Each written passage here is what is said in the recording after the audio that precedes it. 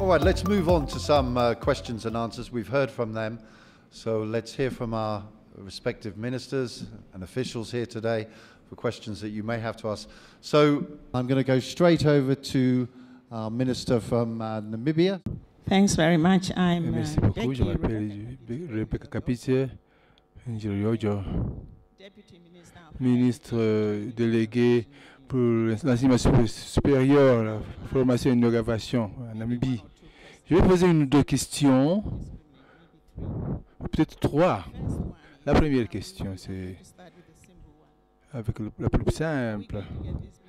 Et que nous allons avoir ces présentations, surtout le PowerPoint. Est-ce qu'on va recevoir ces présentations? Est-ce que nous supposons? La réponse c'est oui. Mais parce que c'est vraiment de très belles présentations. La première intervention, c'est qu'en Afrique, ça prend un village à élever un enfant. Ça n'a pas changé. C'est étonnant comment nous avons développé, mais nous utilisons le village pour élever un enfant. Et je voudrais lier cela à vos interventions en disant que ça prend un monde d'éduquer un enfant. Et je crois que le décalage, ce n'est pas entre les compétences et ce qui se passe. Il y a un décalage, un manque de consultation du village dans l'éducation de l'enfant qui est élevé par le village. Prenons l'Afrique comme étant un village, et vous, de la communauté mondiale, Microsoft, Intel, HP, et vous essayez d'éduquer un enfant africain. S'il y a un manque de consultation, manque d'implication, manque de participation de la part du village, de la communauté, c'est difficile pour vous d'élever cet enfant et l'éduquer. L'enfant qui a été élevé par le village. Alors, ce que j'essaie de dire là, c'est qu'il y a besoin d'un effort concerté de Microsoft, HP, Intel pour prendre l'intérêt, en considération l'intérêt du village. Je parle après ma sœur et ministre de l'Afrique du Sud avait parlé. Un partenariat réel est très important quand vous êtes impliqué dans les transactions d'affaires. Microsoft, c'est un business, Intel, c'est une affaire, ainsi que HP. Mais étant donné que l'Afrique a les 6 économies les plus rapides, c'est le meilleur acheteur de projets. Mais nous n'allons pas faire partie dans l'achat de ces projets si notre contribution profite à la production du software. Si l'Afrique, malgré toutes ses ressources, était impliquée dans la production de matériel pour que vos affaires puissent avoir une valeur pour le village, je crois qu'il faut réfléchir dans ce sens, dans l'avenir. Ça, c'est une chose. La deuxième, c'est l'Afrique comme étant prête. Oui, évidemment, nous sommes prêts. L'Afrique, c'est l'avenir. L'Afrique est prête. Mais nous sommes tous prêts, oui. Mais nous voulons profiter. La Namibie est un très petit pays. Du point de vue des populations, seulement 1,3 million de personnes, ce n'est pas forcément très bien pour des grandes affaires comme Microsoft, mais ils sont là. Nous faisons des affaires avec eux et nous apportons l'énergie solaire parce que la Namibie est petite en population. Mais en mars de surface, c'est l'Allemagne et la France ensemble. Donc c'est un grand petit pays. Donc il faudra, dans l'avenir, il faut penser comment utiliser l'énergie solaire pour atteindre les zones reculées de certains pays africains, surtout les pays qui sont à une petite population. Enfin, je voudrais parler de Freeman. Le monde est plat. Oui, le monde est plat, oui. Ils pensaient que c'était plat, on dit que c'était rond. Maintenant, il est devenu plat. C'est l'implication là, c'est que les TIC ont rendu le monde plat. Mais je suis préoccupé, comme l'a dit le ministre de l'Ouganda venait de dire, concernant les TIC. Ceux qui ont les TIC deviennent plus riches et les pauvres, les TIC deviennent plus pauvres. La lacune devrait être comblée. Ce n'est pas toujours que le Brésil qui va au Japon. C'est le Brésil qui va au Pérou. Ce n'est pas toujours le Kenya qui va à Baltimore. Mais peut-être le Kenya qui lie à l'Ouganda.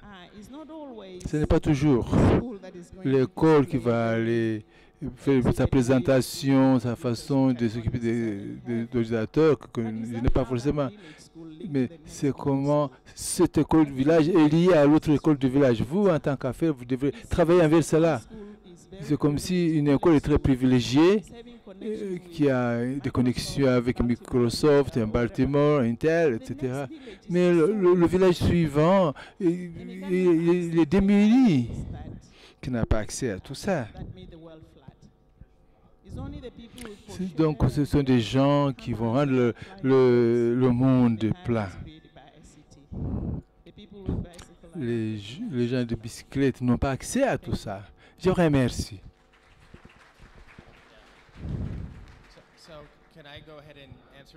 Je vais répondre à cela. Est-ce que nous pouvons répondre à cela? D'abord, merci de ce mot de sagesse. C'est moi qui avais parlé du fait que ça prenait du monde, le monde pour éduquer un enfant. L'éducation est fondamentale, fondamentalement locale. Et quand je parle d'apporter les éléments de bonnes pratiques qui peuvent être localisés, dans tous les endroits où nous avons parlé sur la mise en œuvre de technologies, dans les salles de classe, par définition, nous travaillons avec une société locale. Quand je donne mon exemple du Portugal, les bénéfices qu'ils ont tirés du projet, on travaille avec Microsoft, HP, nous-mêmes. Ce n'était pas seulement ce qui s'est passé dans la salle de classe, mais ce qui s'est passé à ses parents, qui avaient eu les nouvelles opportunités de participer dans ce mouvement. Donc, je suis entièrement d'accord avec vous et je crois que notre méthode la connue, c'est d'apporter des technologies dans une salle de classe, c'est de voir la communauté la plus élargie. Par exemple, quand vous avez vu l'Afrique est prête, j'avais 3 mots importants. Je viens du Rwanda où j'ai vu les leaders engagés. Les leaders engagés, c'est important. J'ai vu la collaboration avec les industries. Et puis j'ai vu, plus important, une communauté de parents et d'enseignants qui voulaient cela. C'est de quoi je parlais d'être prêts. Des pays qui sont prêts, mais qui n'étaient pas engagés à assurer que le développement d'enseignants arrive, non seulement l'équipement. Donc, je suis d'accord avec vous et de la façon dont nous avons travaillé Microsoft et HP à Intel. Nous reconnaissons que cette opportunité, comme vous avez dit, comme notre collègue de Microsoft, c'est celui de se présenter à long terme, non seulement d'un projet individuel, mais d'un programme sur la concurrence nationale. Merci beaucoup, Brian, et merci pour cette question et questions. 3 mots.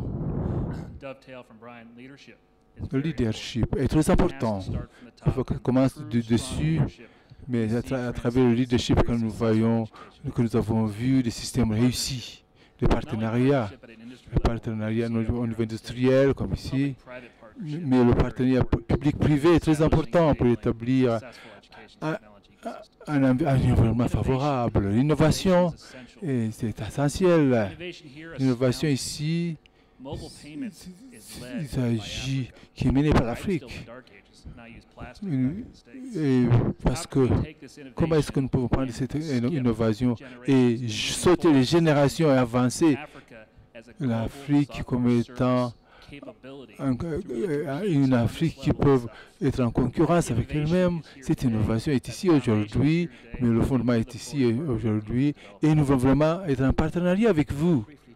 Brièvement, 2 réflexions pour votre question, surtout pour la Namibie. En Namibie, la technologie Par exemple, il y a des technologies qui peuvent connecter à ces sociétés.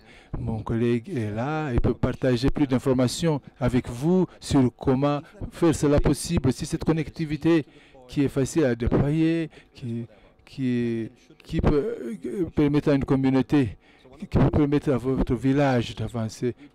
Nous ne voulons pas que la technologie qui soit à l'école, il faut que ce soit partout dans la famille. Si c'est le bon équipement, les étudiants, les enseignants peuvent l'apporter à l'école qui peut fournir la connectivité. Et nous, en tant que Microsoft, nous avons quelque chose qu'on appelle l'avantage d'étudiants. Tout simplement parce que les enseignants sont le permis d'avoir la technologie. L'étudiant peut prendre le logiciel dans la famille et dans le village et le partager avec 5 autres. Donc, clairement, c'est la compréhension du fait qu'il faut que ça prenne un village pour promouvoir cela. Merci beaucoup. Je suis un peu en retard.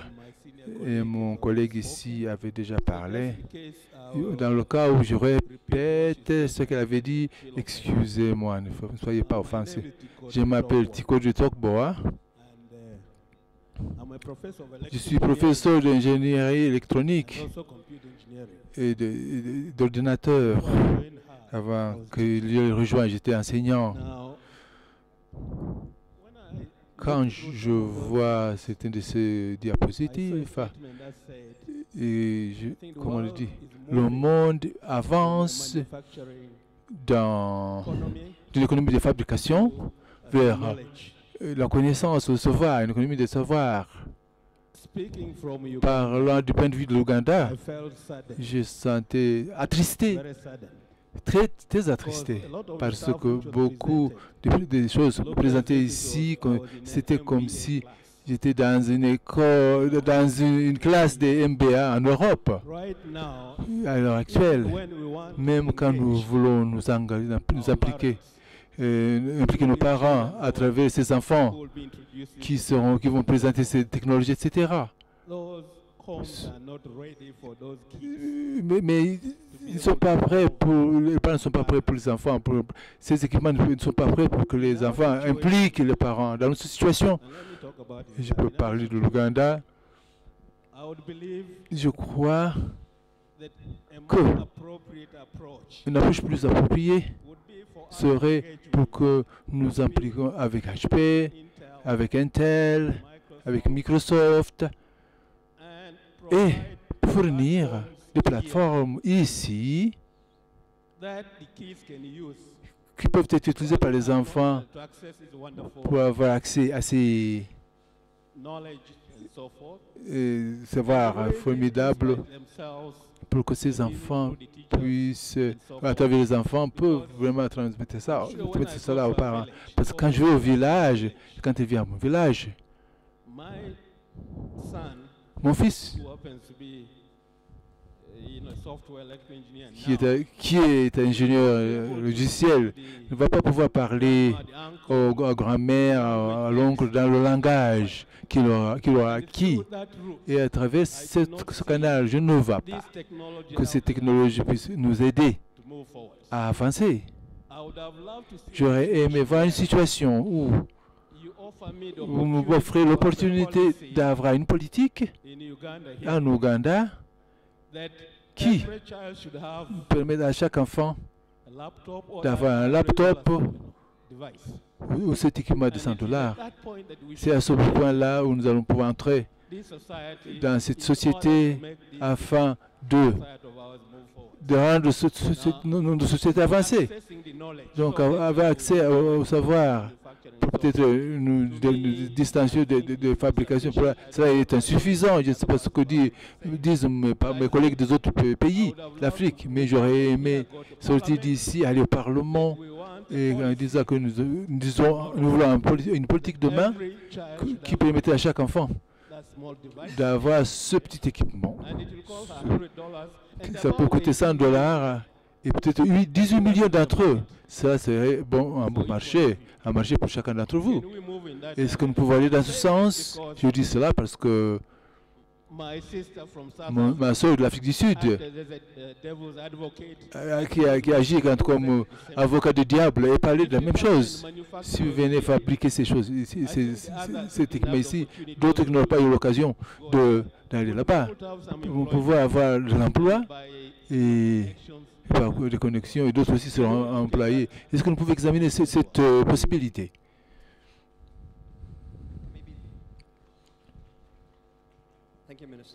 Merci, Monsieur le ministre, pour cette question. C'est difficile d'y répondre rapidement, mais je vais essayer de mettre l'accent sur deux points. D'abord, quand vous présentez, dans une présentation de 20 minutes, on ne peut pas faire grand-chose.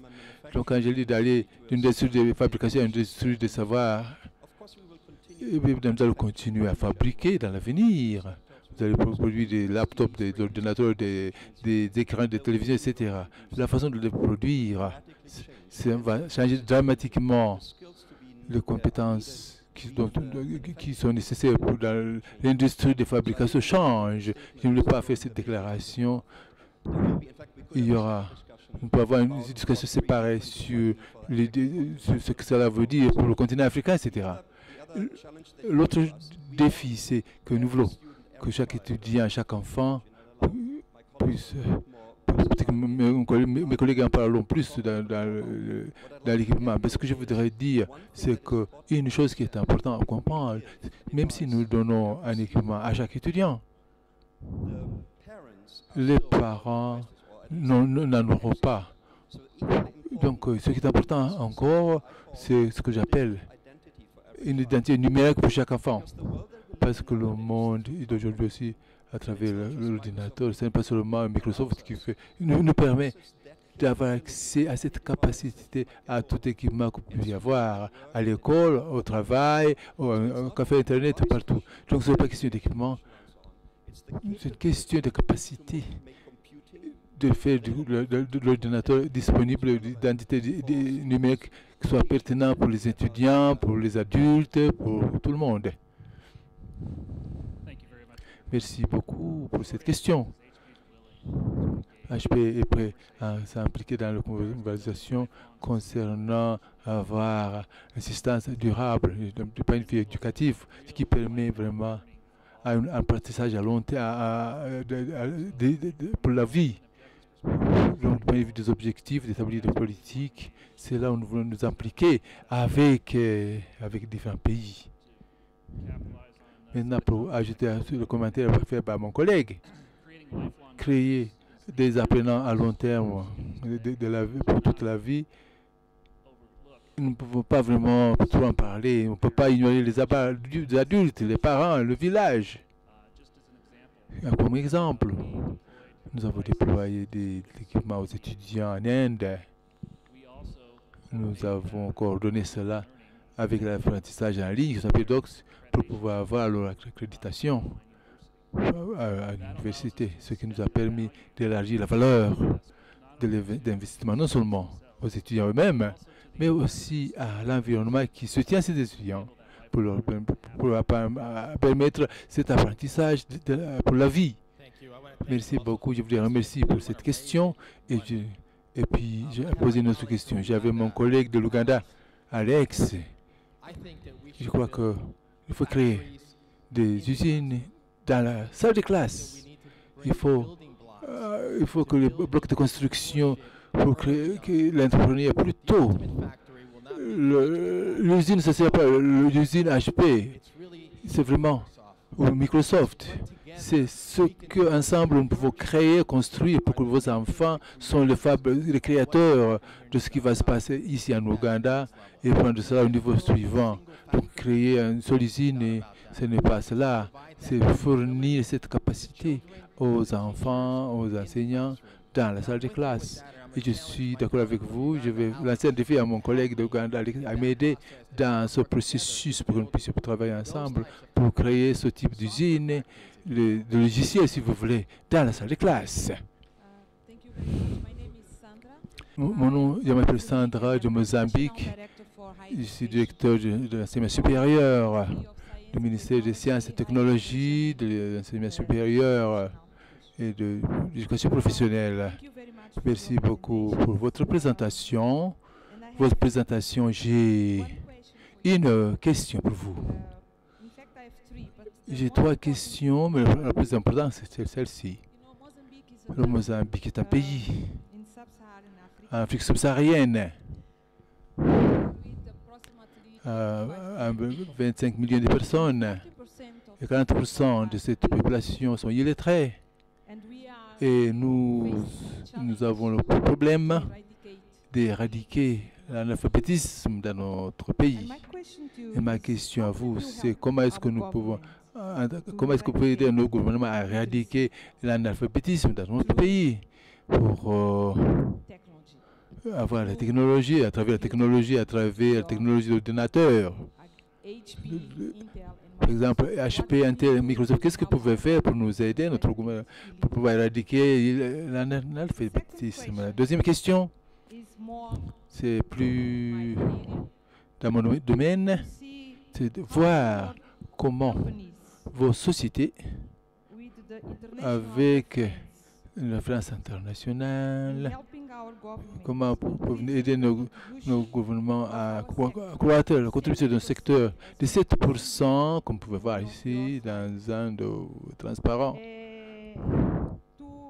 pour pouvoir améliorer notre contribution pour nos enseignants des universités, parce que les enseignants d'ingénierie, ils vont rapidement dans ces pays-là, dans ces sociétés, parce que les salaires sont plus importants. Je voudrais voir quel est votre rôle pour aider nos gouvernements à développer des méthodologies pour retenir nos enseignants dans nos universités. Et la dernière question, c'est-à-dire, je suis le ministre de Namibie de l'Afrique du Sud. Quand ils ont parlé d'avoir nos ordinateurs dans nos pays, je voudrais voir quelqu'un, peut-être un jour, quelque chose qui s'appelle que ce ordinateur est fait au Mozambique, non seulement en Chine. Je vous remercie.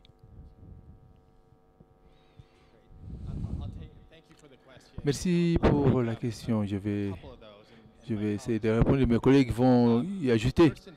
D'abord, en termes de questions d'alphabétisme, et Microsoft en a parlé clairement aussi d'HP. Les enseignants jouent un rôle fondamental dans tout le processus d'éducation. Et nous allons vers des modèles nouveaux d'éducation qui sont plus inclusifs.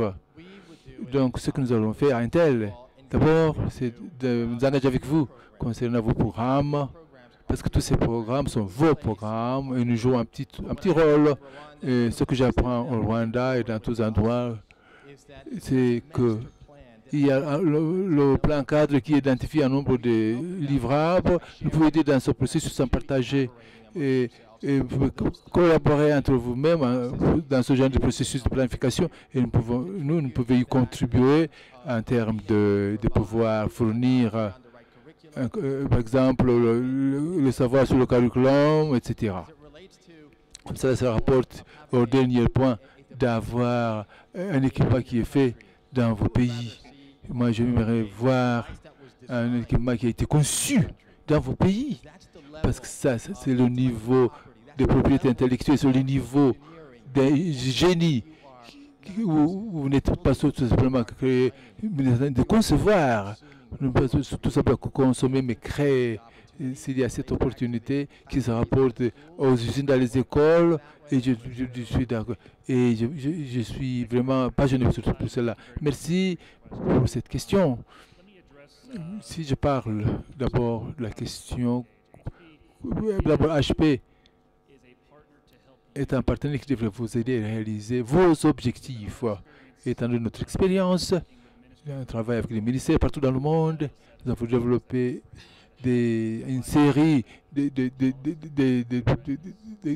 qu'on peut utiliser sur la durabilité, les vecteurs pour la transformation éducative. Nous prolongeons cela avec les capacités, des outils qui permettent au ministère de prendre des décisions sur les bases actuelles et à venir. Nous utilisons la technologie pour permettre aux décideurs de prendre des décisions pour investir et transformer le système éducatif. De ce point de vue, je voudrais continuer avec ce que Brian a dit. Non seulement le logiciel, nous sommes investis dans le logiciel, dans le pays même. Je voudrais voir la solution totale qui est faite au Mozambique pour que ce soit le logiciel, la conception, l'équipement, tout, le développement d'enseignants, le système de gestion d'apprentissage, exporter non seulement vers l'Afrique, mais vers le reste du monde. Jamais versé. Et rapidement, en plus, nous sommes d'accord, il faut permettre à concevoir et produire localement. Le dernier exemple qui me vient à l'esprit, c'est comment vous travaillez avec une société locale au Rwanda qui produit des ordinateurs dont ils ont besoin pour l'école. Mon collègue est là, il peut vous en parler un peu plus. Maintenant, je prends les questions. Par exemple, la question sur la rétention des enseignants. Je ne crois pas que nous, ici, nous pouvons vous aider sur ce que, le paiement des enseignants. Mais ce que nous savons que c'est un des facteurs les plus importants pour la satisfaction au travail, ce n'est pas le paye, c'est si vous êtes constant avec votre rôle, votre position. Donc, c'est la satisfaction de votre rôle. L'une des choses que nous espérons que nous pouvons contribuer, c'est de rendre ce rôle plus attirant, plus créateur, pour avoir la satisfaction du travailleur. Maintenant, alors au ministre de l'Angola, ministre, je voudrais dire, je voudrais reconnaître le fait que vous avez fait de très bonnes présentations. Et pour cette raison, sincèrement, je voudrais dire que c'est très important pour nous. Je voudrais dire que je crois que nous sommes dans le pouvoir de transformation d'ordinateurs avec la capacité de transformer l'homme à aider la société, aider le pays. Et je pense aussi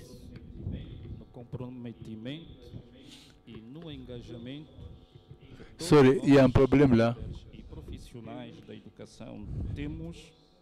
Nesta força e na crença que a educação tem para transformar a sociedade.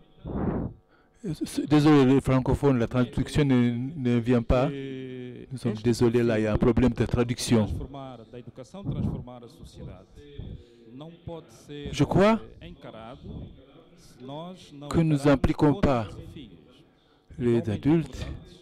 Il est important de nous occuper de toutes ces questions-là. Je voudrais parler de la création d'infrastructures pour distribuer, par exemple, l'énergie.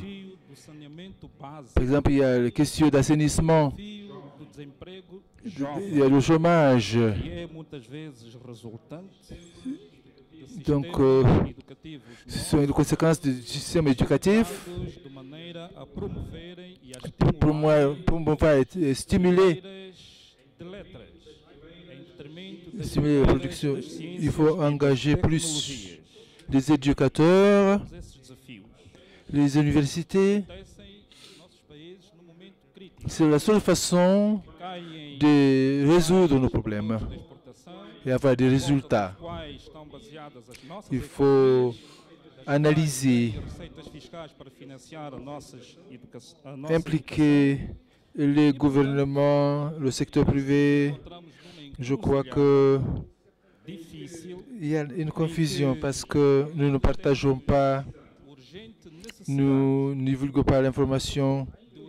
Je crois qu'il faut utiliser de façon appropriée nos ressources et impliquer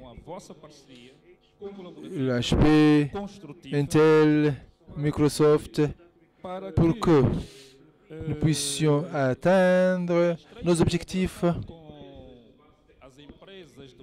Nous croyons que en travaillant ensemble avec Microsoft, avec HP et Intel, nous pouvons développer, promouvoir, créer plus d'emplois, impliquer et créer. Ou plutôt, nous demandons votre collaboration. Et je voudrais savoir comment nous pouvons, quand nous parlons d'HP, Intel et Microsoft, comment, plutôt quelles interventions nous pouvons avoir pour avoir des stratégies qui permettent à nos gouvernements de promouvoir l'éducation, pour que nous pouvons définir nos plans stratégiques pour améliorer le système éducatif pour que nous puissions atteindre nos objectifs. Je vous remercie. Je vais demander aux panélistes de traduire. Je vais résumer ça. Je fais un résumé. C'était surtout un commentaire. Et puis après, il a posé une question. D'abord, il a parlé de transformation du pouvoir de l'ordinateur, que c'était indispensable, que vous avez ces problèmes d'infrastructure, surtout dans le domaine d'énergie, de l'eau et de l'assainissement, ainsi que le chômage, pour promouvoir, trouver un moyen de stimuler l'apprentissage de sciences et technologies, parce que nos économies fournissent des produits de base qui sont exportés, et c'est comme ça que nous survivons. Donc il faut une gestion intelligente des ressources, de collaboration avec vous, vous devrez s'adresser à cette question. Maintenant, à la fin, il a eu posé une question. La question c'était comment nous, HP, Intel, Microsoft, comment pour avoir une stratégie, vous avez déjà une stratégie qui peut être alignée aux systèmes nationaux de politique pour s'adresser à ces trois questions, l'eau, l'assainissement. Et merci beaucoup pour la question. Je vois que l'ONU et avec prioriser le développement durable et qui inclut le fait de s'adresser au problème de l'eau de l'eau potable, etc., assainissement. De notre point de vue, nous considérons le développement du capital humain comme étant important pour s'adresser aux besoins importants de tous citoyens, c'est-à-dire la sécurité, l'éducation, le bien-être, la santé. Et comment nous devons développer le capital humain, c'est le fonction de comment vous l'établir. Le partenariat commun qui peut permettre ça d'arriver en faisant cela. HP est un partenaire technologique qui a une perspective de comprendre les tendances clés de la technologie et nous espérons travailler avec vous pour être en partenariat pour traduire cette technologie pour avoir des résultats réels pour satisfaire vos objectifs. Merci beaucoup. Merci pour la question. Je donne l'exemple du travail au Portugal pour un projet qui à l'origine était un projet qui ciblait l'accès aux écoles est devenu un projet qui portait sur l'implication au niveau de concurrence nationale. Dans beaucoup de ces projets où nous pouvons faire la même chose qu'en Angola, ce n'est pas tout simplement ce qui se passe dans la salle de classe, mais aussi un projet plus élargi qui inclut d'autres ministères. Par exemple, au Portugal, c'était le ministère des Transports, mais le ministère de l'Économie, le ministère de l'innovation, le ministère de l'Éducation, ils se réunissaient autour d'un projet de compétitivité nationale qui traitait les questions de s'adresser aux domaines clés d'infrastructure. Ce n'était pas des projets isolés, c'était qui nécessitait un plan cadre qui identifie toutes les parties prenantes et qui interviennent et puis nous venons aider en facilitant par exemple un atelier pour s'impliquer dans une discussion plus élargie pour identifier les étapes où nous pouvons aider à faire avancer ce projet d'une façon accélérée. Donc je dirais que notre expérience c'est de travailler de façon holistique dans ces projets d'éducation.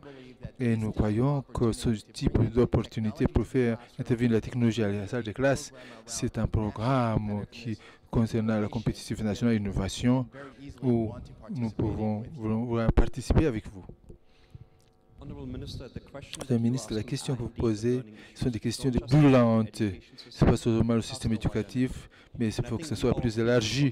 Et nous sommes tous à participer en tant que pour Microsoft. Vous avez commencé à expliquer ce que nous faisons.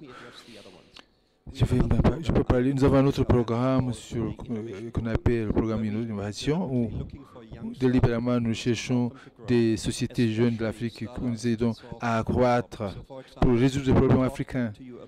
On peut parler d'une société qu'on appelle AGEM, qui connecte les agriculteurs à travers des solutions smart, à travers un logiciel créé en Afrique, qui atteint maintenant 150 000 agriculteurs dans 3 ou 4 pays. Nous pouvons parler au Nigeria, d'une société qui a cherché des solutions qui se déploient dans différents hôpitaux pour assurer que les patients trouvent les bons endroits. Donc, il y a des mécanismes que nous pouvons fournir. Par exemple, l'initiative africaine avec Microsoft est vraiment bien appropriée pour cela, qui aide, par exemple, l'Afrique en agriculture, en assainissement, à travers la technologie, mais non pas en important cette technologie. Donc, c'est une sorte de commentaire. Je dois dire que les orateurs ont commencé à répondre à un nombre de questions qui me préoccupaient. Je crois que dans la présentation qui a été faite, il y avait un nombre de lacunes qui ont mené à cette dissonance de la compréhension entre nous-mêmes en tant que décideurs et vous-même en tant que les fournisseurs de technologies. Bien sûr, l'éducation de base reste un impératif important pour nous en tant que pays en développement. Et c'est un domaine où il faut réagir. Mais l'autonomisation des jeunes, c'est un domaine critique, l'emploi des jeunes, la formation des jeunes, d'affaires est critique pour faire croître nos économies. La valeur ajoutée en Afrique est un point très important. Accroître l'éducation supérieure, surtout post-licence, c'est très important, surtout dans le génie, etc. C'est absolument important. Et bien sûr, assurer que nous avons la formation de solutions et contribution aux innovations. Et c'est là où nous pouvons créer un écosystème d'innovation. Cela est critique aussi. Donc, dans cette audience, oui, vous avez les ministres de l'Éducation, vous avez les ministres de Communication, les ministres des Sciences et Technologies. Et nous tous, en tant que membres du gouvernement, nous sommes responsables pour cette série de complexes d'impératifs. Et ce que nous voudrions, c'est voir dans vos présentations que vous avez faites, ma préoccupation pour moi. C'est le point d'origine, à savoir que les problèmes ont été identifiés, mais les solutions à ces problèmes qui se réfèrent au domaine de l'éducation de base, vraiment, vous n'en avez pas vraiment, vous ne l'avez pas traité. Et je vous invite que dans l'avenir, quand vous parlez de partenariat, il faudra traiter cette gamme importante d'obligations que nous, en tant que gouvernement, nous sommes chargés à traiter. Nous apprécions beaucoup la collaboration, nous voulons que ça continue, mais si les jeunes continuent à ne pas avoir, à être en chômage, si nous continuons vraiment à être dans un endroit où la technologie est importante, où la technologie est exportée, ça reste un problème avec cette caractérisation de nous-mêmes. Donc c'est vraiment le déplacement de comment nous comparons au reste du monde. C'est ça qui vraiment, que nous voulions voir, comment nous pouvons collaborer avec vous et que vous nous aimeriez incorporer dans les délibérations de partenariat que vous avez avec nous. Je vous remercie. Merci beaucoup pour ce commentaire très important. Je donne une réponse rapide une perspective d'HP, nous voulons travailler avec des experts comme vous pour pouvoir voir comment nous développons nos stratégies. Donc, je voudrais continuer à être impliqué un dialogue avec vous pour vraiment essayer d'examiner les besoins locaux, les besoins du continent et les besoins mondiaux. Nous avons un certain... Donc, nous n'avons que 3 jours. HP, Intel et Microsoft, nous avons tous vraiment des technologies, de contenu, des capacités que nous voudrions vraiment apporter dans le partenariat avec vous. Que ce soit le séminaire de base, que ce soit l'éducation post-licence, ou que ce soit l'entrepreneuriat, nous avons des capacités de compétences pour fournir l'entrepreneuriat, des programmes éducatifs basés sur le business et pouvoir créer l'innovation dans les pays, sur le continent et dans le monde. D'abord, je vous remercie pour votre feedback. Et notre discussion maintenant devrait être... Le thème commun ici, c'est la capacité, renforcement des capacités locales. Comment ne pas apporter tout simplement des technologies qui peuvent responsabiliser vos enseignants, mais comment fournir ensemble un fondement pour cette capacité qui devrait être localisée. Ça revient au thème du village. Et je prends cela comme vraiment un bon feedback et je pense cela comme une opportunité pour nous de nous s'asseoir et nous être engagés dans une conversation plus prolongée sur ce que nous pouvons faire ensemble pour que cela puisse arriver. Madame le ministre, nous essayons toujours nous avons essayé de parler de quelque chose de plus élargi que l'éducation, mais nous n'avons pas tout à fait réussi. Si je peux ajouter quelque chose sur ce qu'on a fait. Une de nos promesses dans l'initiative africaine, c'est d'impliquer des petites et moyennes entreprises pour les connecter. Et donc, nous pouvons parler de comment nous essayons maintenant d'avoir une activité plus élargie pour permettre ces petits investissements de le capital humain pour qu'ils puissent vraiment améliorer leur entrepreneuriat. Il y a la ville du Sud, du département de l'éducation. Nous avions un nombre de présentations qui ont parlé de l'éducation formelle. Je voudrais demander si nous pouvons partager, par exemple, votre modèle pour l'apprentissage de l'enseignement dans les écoles, surtout pour les écoles spécialisées. Par exemple, les enfants qui ont des problèmes, handicapés, etc. Mon ministre a parlé de la fabrication locale des outils d'éthique dans les pays. Ce que j'aimerais que vous partagiez avec nous, c'est vos courts termes. Si vous pouvez partager avec nous le modèle à court terme,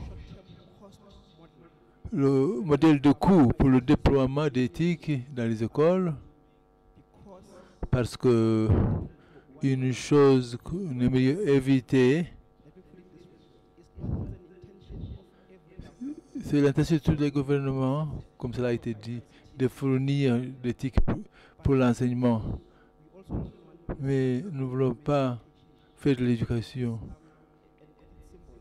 un symbole d'élite, d'élitisme dans la communauté. Alors comment est-ce que vous allez nous aider à combler la lacune entre ceux qui ont et ceux qui n'ont pas? Donc votre réponse dans votre modèle, si dans votre modèle vous pouvez faire des clarifications dans ce domaine. Il s'agit là de questions assez larges, peut-être mais importantes.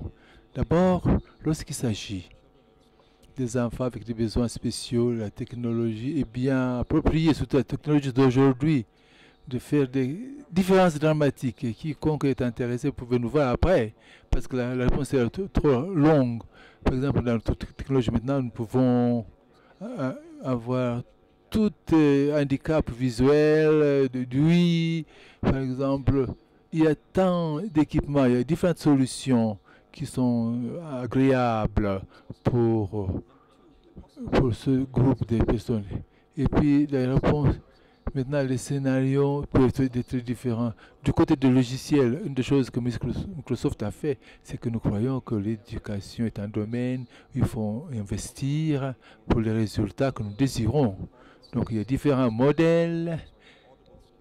Et vous pouvez avoir... Il y a des modèles pour les écoles gratuites. Et il y a aussi un autre modèle où toute la famille bénéficie, etc. Donc la réponse perspective de l'éducation, nous savons que l'éducation a des besoins spéciaux lorsqu'il s'agit de budgétisation et nous essayons de l'accommoder de différentes façons. Merci pour ces deux questions. Juste pour continuer là où Microsoft a dit, la technologie est un moment passionnant pour fournir des mesures peu coûteuses pour satisfaire des besoins des étudiants qui ont des besoins spéciaux. Des besoins individuels, des besoins en groupe, que ce soit par exemple l'équipement audio, l'équipement pour le toucher. Donc il y a vraiment des opportunités pour faire face aux besoins uniques des étudiants qui ont des besoins spéciaux.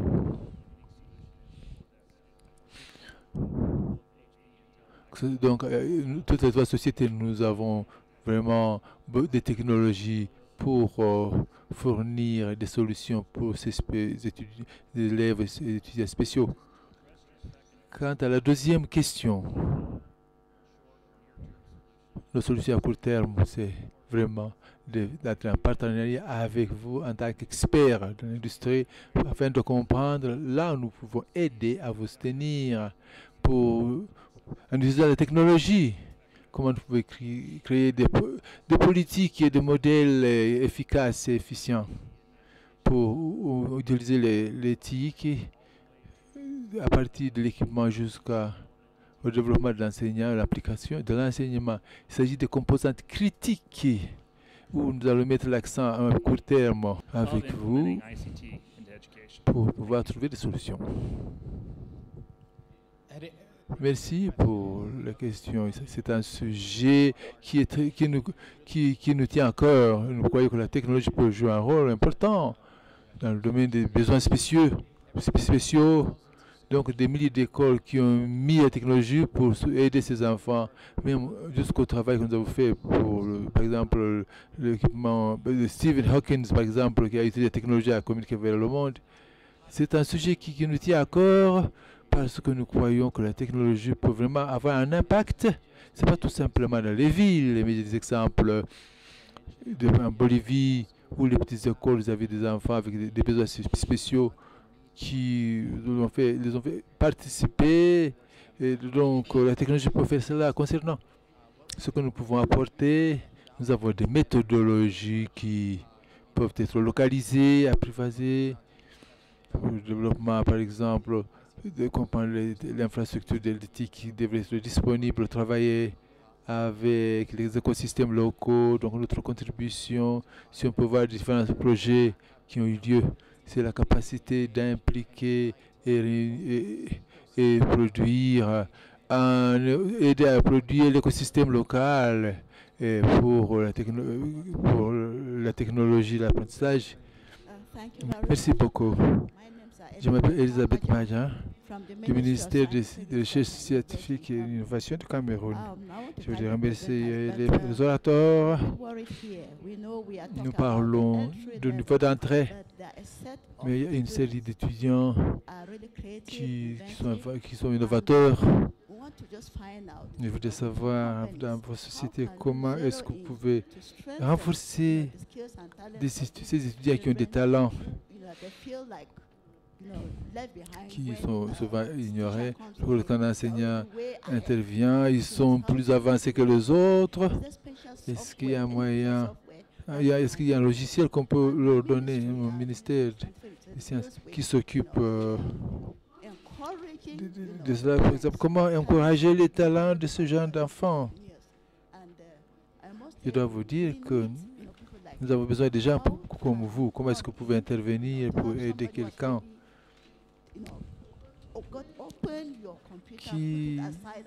qui peut utiliser l'ordinateur vraiment de façon très formidable? Nous avons besoin de gens comme vous. Comment surmonter ce problème d'encourager ce genre de talent? Et dans vos présentations, il n'y a pas de défi, il n'y a pas de difficulté dans cette transformation. Est-ce qu'on aussi nous parle?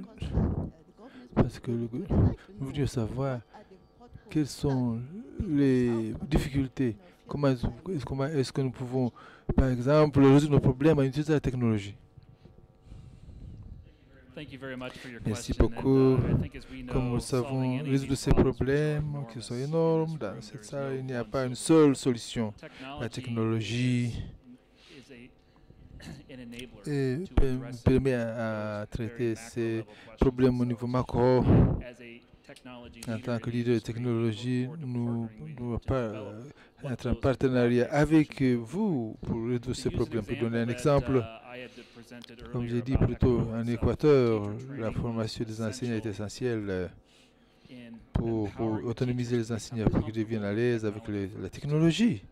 Ça, c'était un programme important où non seulement il fallait intervenir et comprendre ce que sera le cursus, comment vous allez mettre en œuvre la technologie, mais aussi permettre à plus de 20 heures de développement professionnel en avance, fournissant des outils en ligne pour qu'ils puissent suivre et puis poser des questions supplémentaires en utilisant des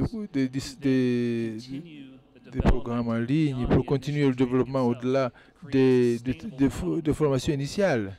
Donc, ce n'est pas seulement une pièce de technologie, une seule solution, mais c'est un écosystème où nous pouvons entrer en partenariat, responsabiliser par exemple les enseignants et le pays pour que tout le monde soit à l'aise et qu'ils puissent apprendre avec cette technologie de façon agréable. J'espère qu'on n'a pas donné l'impression que tout est facile. Non, il y a beaucoup de défis, oui, bien sûr. Nous sommes réunis encore en croyant que les bonnes pratiques existent. Nous n'avons pas donné l'impression que tout va marcher bien. Quant aux enfants innovateurs et doués, à cause de la technologie, l'instruction spécialisée en combinant l'étude individuelle et l'enseignant, ça devient fabuleux. Et